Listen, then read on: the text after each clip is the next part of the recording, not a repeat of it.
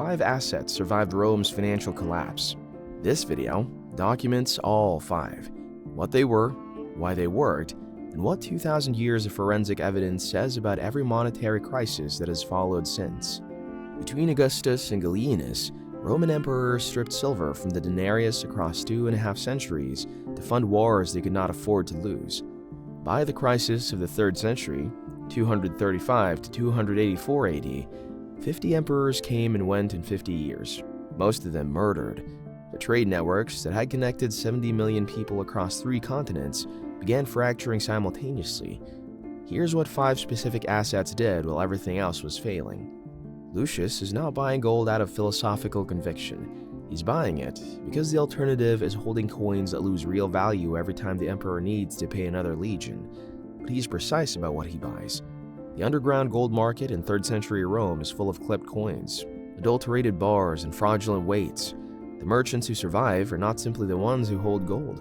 They are the ones who hold gold that can be independently weighed and tested, trusted by a counterparty without any institutional guarantee between them.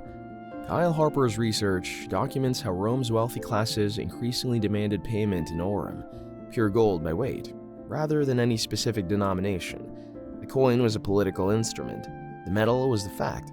When Constantine introduced the solidus in 312 AD, 24-karat gold a consistent weight, Byzantine traders were still using it 7 centuries after the Western Empire dissolved.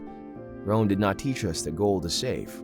Rome taught us that what cannot be diluted cannot be debased. The coin was the promise. The metal was the reality. Only one of those survived. But gold is the asset everyone expects in this list. Asset 2 is the one that made certain Roman families wealthier coming out of the collapse than they were going in. And it is the one that almost no mainstream account of Rome's fall has ever mentioned. Around 210 AD, a Roman landowner of the senatorial class, called Tiberius, borrowed 100,000 denarii. At the time, that was a genuine fortune, enough to purchase a productive estate outside Rome. Grain fields, olive groves, a workforce to run it. By 280 AD, 70 years later, those same 100,000 denarii could barely buy a few sacks of grain. The denarius had lost over 90% of its silver content. Prices had risen to match, but Tiberius's loan contract still read 100,000 denarii. He repaid it in coins that were functionally worthless.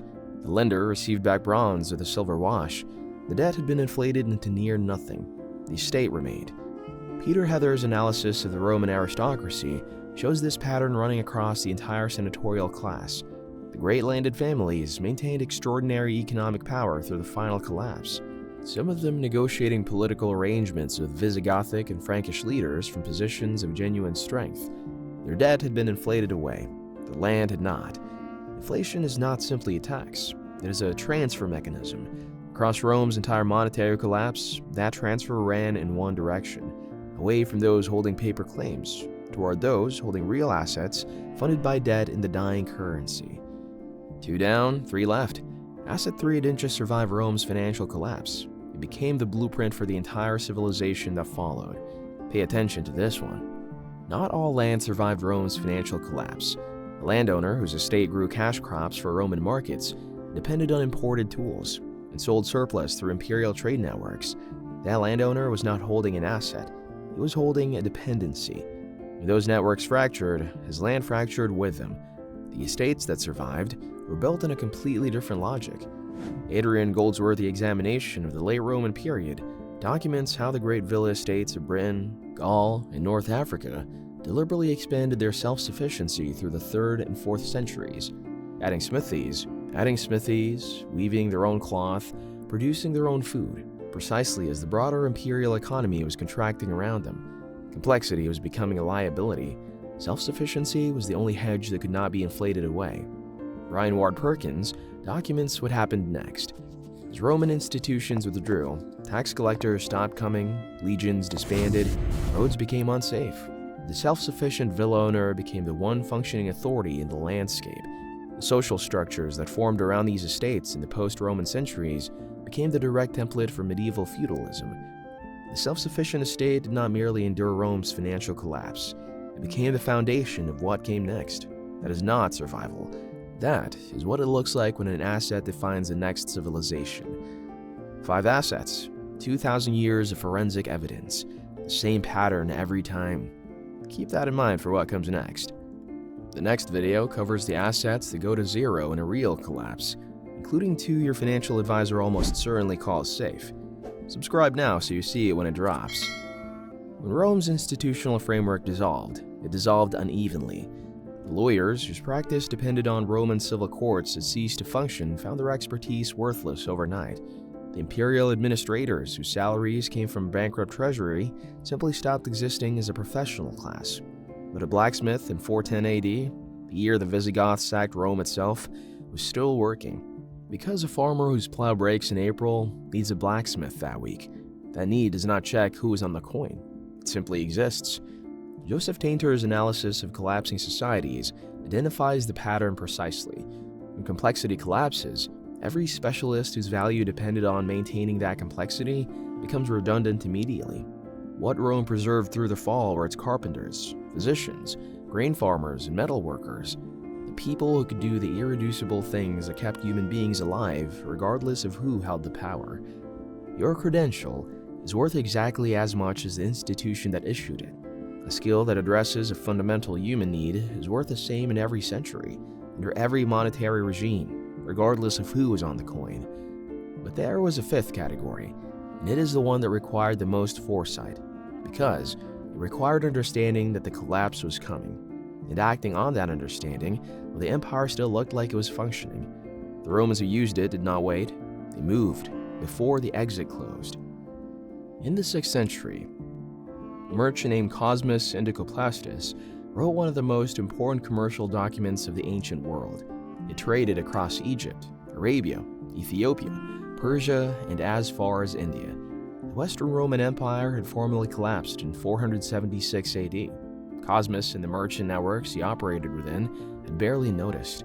They were not trading in denarii, they were trading in Byzantine gold, solidus, and in goods whose value was anchored to demand that no single failing state could extinguish. Their wealth existed in networks the Western collapse could not reach. Karl Harper's research documents how the most commercially sophisticated Roman families began redirecting wealth eastward, into Byzantine trade, into Persian commercial networks, into assets denominated in currencies that were not the denarius. Decades before the Western Empire's final dissolution, they could read what the financial data was telling them. They acted before the exit closed. The same pattern played out in Argentina in 2001, in Lebanon in 2019, in Greece in 2015. In every case, the people who moved wealth outside the collapsing jurisdiction before the controls were imposed kept the most. The people who waited to see whether it would really get that bad lost everything denominated in the failing currency. A government's financial reach ends at its borders. It always has. The Romans who understood this and acted while the empire still looked functional are the ones whose descendants negotiated with the kings who replaced the emperors. The denarius went from 95% silver to 5% over 2.5 centuries. The US dollar has lost 96% of its purchasing power since 1913.